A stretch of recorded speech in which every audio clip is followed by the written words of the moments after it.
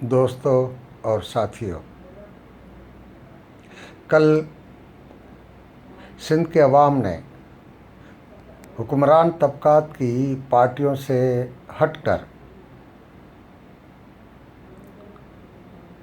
कौम परस्त तरक्की पसंद पार्टियों के कहने पर बारिया टाउन के गेट पर एक एहतजाजी मुजाहरा मुनज़्ज़म किया। बारिया टाउन और इस तरह की दूसरी स्कीमें जैसे DHA, commander city, China city, बेशुमार सिटीज़ हैं।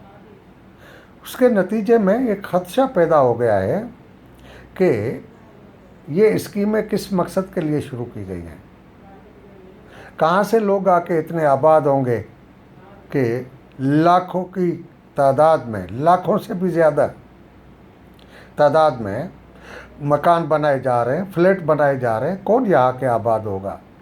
सिंध की आबादी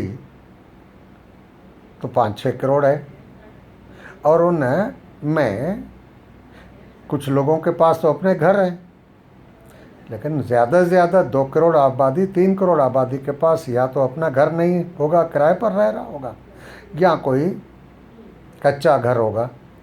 जो ये मकान बनाए जा रहे हैं वो उनकी पहुंच से तो दूर है। उनकी कीमतें इतनी रखी गई हैं कि वो तो ख़रीद नहीं सकते। तो फिर ये किस मकसद के लिए बन रहे हैं? ये सिंध के अवाम में शुबहात पैदा हो रहे हैं। दूसरी बात कि ख़ास तौर पर बहरिया ने तो एक सट्टेबाजी शुरू की हुई है। फाइलें बिक रही हैं, कीमतें गिर रही हैं, चढ़ रही हैं, और जो उसके पास इलाका था, जो सिंध गवर्नमेंट ने उसे दिया, उसे बढ़ चढ़ कर सुप्रीम कोर्ट के मना करने के बावजूद, अवाम के एहतजाज के बावजूद लोगों की ज़मीनों पर, उनके इलाकों पर कब्ज़ा करते जा रहे हैं। इस सारी सूरत हाल के ख़िलाफ़ सिंध के मुहब्बे वतन तरक्की पसंद तंजीमों ने एहतजाज की कॉल दी। लोग आए और बिल्कुल पुरअमन थे। हाँ, जब तंजीमों से बाहर लोग आते हैं और अगर तंजीमों का डिसिप्लिन कैडर पार्टी वाला न हो तो उसमें अनारकी हो जाती है।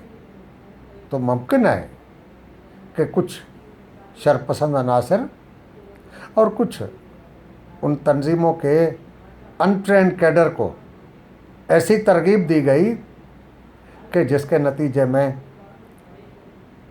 ये नामुनासिब वाक़या दरपेश हुआ। लेकिन 2-3 अहम सवालात हैं। पहला सवाल कि बारिया टाउन के गेट पर उनकी सिक्योरिटी खड़ी थी। Hyderabad tool plaza, Karachi tool plaza, वहाँ पर हज़ारों की तादाद में पुलिस खड़ी थी।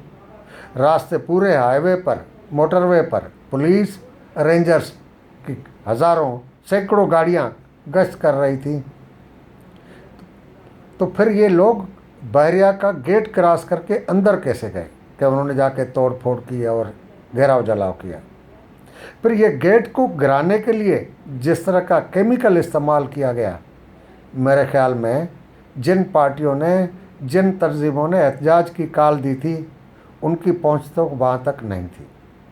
हाँ, ये या तो हमारे फौजियों के पास इस तरह का केमिकल हो सकता है, या MQM के पास हो सकता है, जिसने बल्दिया टाउन फैक्ट्री में इस तरह की वारदात की। लेकिन एक कंक्रीट और लोहे सरिये की बनी हुई चीज़ इस तरह भस्म होकर आग पर गिर जाए, उसको आग ने कैसे पकड़ा? ये बहुत बड़े सवालात हैं। सवाल ये बन रहा है कि कहीं लेबनान और अमेरिका की तरह कोई केमिकल तो इस्तेमाल नहीं किया गया कि जिसके नतीजे में ये हुआ। अगर ये केमिकल ऐसा ही इस्तेमाल हुआ तो वो आया कहाँ से? तो ये वो खदशात हैं जो जाहिर कर रहे हैं कि शायद बारिया टाउन की मैनेजमेंट में जो ट्रेंड फौजी हैं, जो रिटायर्ड मुलाजिम उसके साथ काम कर रहे हैं, कर्नल, ब्रिगेडियर रैंक के, कहीं उन्होंने तो ये सारी साजिश नहीं की ताकि इस अवाम के पुरअमन एहतजाज को पुरतशद्दुद बनाकर उनके खिलाफ एक्शन किया जाए। और सियासी पार्टियों ने जो वहाँ मौजूद थी सब ने ऐलान ला ताल्लुकी ज़ाहिर किया। तो अब सवाल यह है कि असल लोगों को तो पकड़ा नहीं गया, बाकी लोगों के खिलाफ FIR और बेशुमार 120 लोगों को गिरफ्तार किया गया है। कम्युनिस्ट पार्टी मुतालबा करती है कि उनको रिहा किया जाए, FIR ख़त्म की जाए और इंक्वायरी कमीशन बिठाया जाए, और उस इंक्वायरी कमीशन में सिंध हाई कोर्ट के जज साहिबान को मुकर्रर किया जाए। वो इंक्वायरी करें कि ये इसके पीछे क्या वारदात थी, क्योंकि ये पिछले 7-8 साल से मूवमेंट चल रही है, वो सारी पुरअमन थी। ये अचानक जो है कैसे पुरतशद्दुद हो जाती है, जबकि कोई भी पार्टी इसमें ऐसी नहीं थी जो पुरतशद्दुद की हामी हो। दोस्तों, इन प्रोजेक्ट्स के हवाले से कुछ और हक़ाइक़ है जिस पर भी बात करनी चाहिए। मिसाल के तौर पर ये जो प्रोजेक्ट है बहरिया टाउन, इसमें मकान प्लाट किसके हैं, इसका अगर जायज़ा लिया जाए तो सबसे ज़्यादा सिंधी वडेरे, सिंधी ब्यूरोक्रेट और ओवरसीज़ पाकिस्तानी, दूसरे नंबर पर बलोच, तीसरे नंबर पर जो खोजे या मेमन बिरादरी है कराची की, उसके बाद जो पंजाबी सेटलर है सिंध का, जो शायद 1 सदी से यहाँ आबाद है या 50-70 साल से यहाँ आबाद है, और वो मुल्क से बाहर है या मुल्क के अंदर है, उन्होंने इन्वेस्टमेंट की है। उसमें बाकी पख्तून है। उर्दू आबादी बहुत मामूली है। और वहाँ जो काम करने वाले हैं उसमें आम वर्कर तो सिंधी है या सराइकी है, जो मशीनरी का वर्क करते हैं। जो बाकी जॉब है, घरों में काम है, वो बेचारे गरीब बलोच और सिंधी ख़ानदान कर रहे हैं। लेकिन इसकी जो मैनेजमेंट है और जो प्रॉपर्टी के टाइकोन वहाँ पर ग्रुप्स काम कर रहे हैं, वो एक इत्तेहाद के नाम से, एक दूसरे नाम से, उसमें ये सारे तकरीबन पंजाब से आए हुए हैं। वो कीमतें गिराते भी हैं, कीमतें चढ़ाते भी हैं, और वो ही पैसा मुनाफा लेकर यहाँ से फ़्लाइट कैपिटल करता है, यहाँ से पंजाब और फिर पंजाब से दुबई और इंग्लैंड।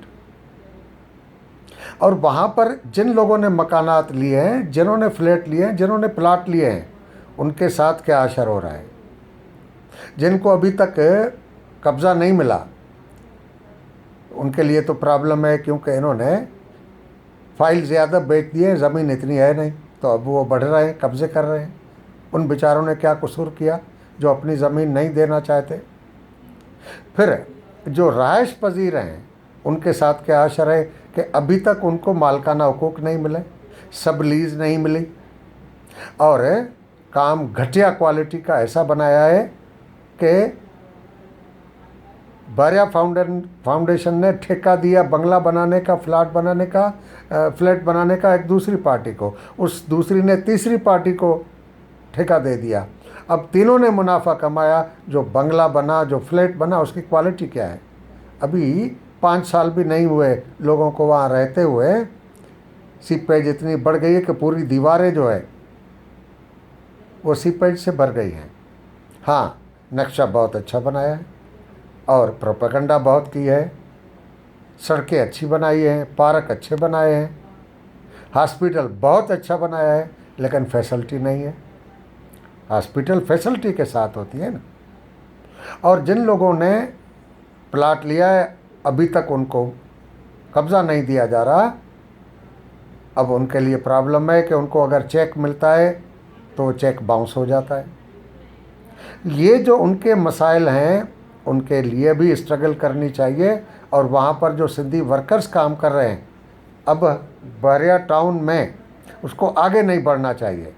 और जो सुप्रीम कोर्ट ने फैसला किया है, सुप्रीम कोर्ट को भी अमल दरामद कराना चाहिए। ये कहाँ का इंसाफ है कि सुप्रीम कोर्ट ने मलक रियाज पर 460 अरब रुपए का फ़ाइन रखा, लेकिन रास्ता खोल दिया और कोई पूछने वाला नहीं कि कितनी ज़मीनें और कब्ज़ा करते जा रहे हैं। सिंध गवर्नमेंट तो मुकम्मल तौर पर उसमें मुलविस है, जरदारी उसका पार्टनर है। ये जो कल एहतजाज हुआ है वो एहतजाज थमेगा नहीं।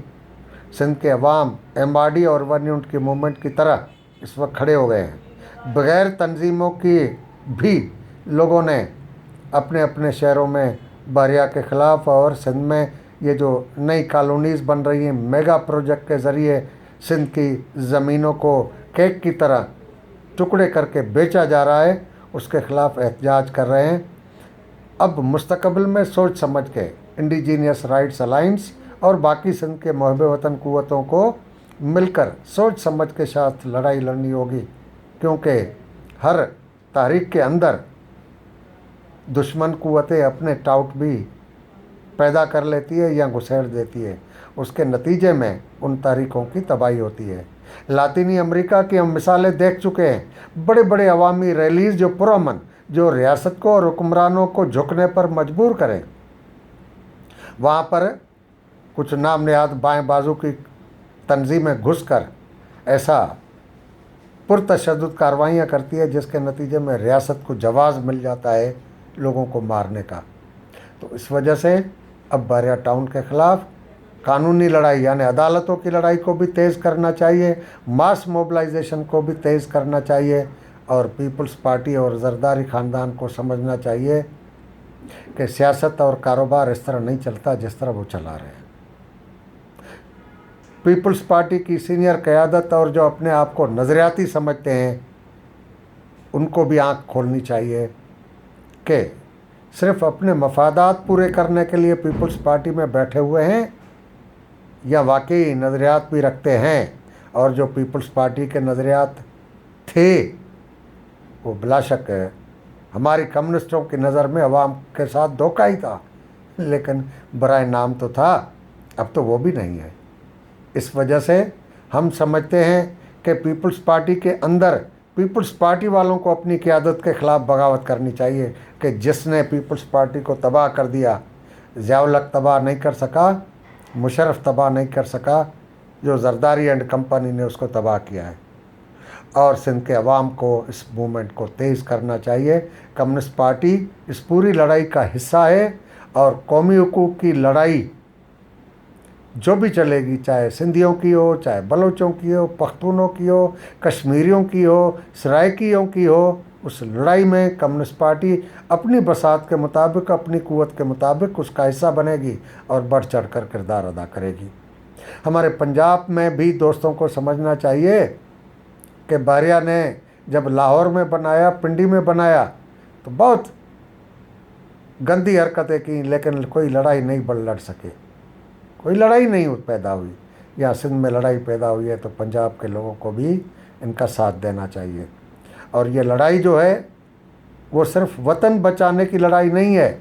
सरमाएदारों की तरफ से इंडस्ट्रियलाइजेशन के बजाय रियल एस्टेट और प्रॉपर्टी में इन्वेस्टमेंट करके ज़मीन जो मौजूद है, जो मुस्तकबिल के अवाम के लिए काम आएगी, जो शहरों के लिए बढ़ने के लिए है और शहरों के लिए एक बेहतरीन फ़िज़ा बनाने के लिए है, फॉरेस्ट के लिए है, जानवरों और परिंदों के लिए है, उस सब को जो बर्बाद कर रहे हैं, इसके ख़िलाफ़ लड़ाई लड़नी चाहिए।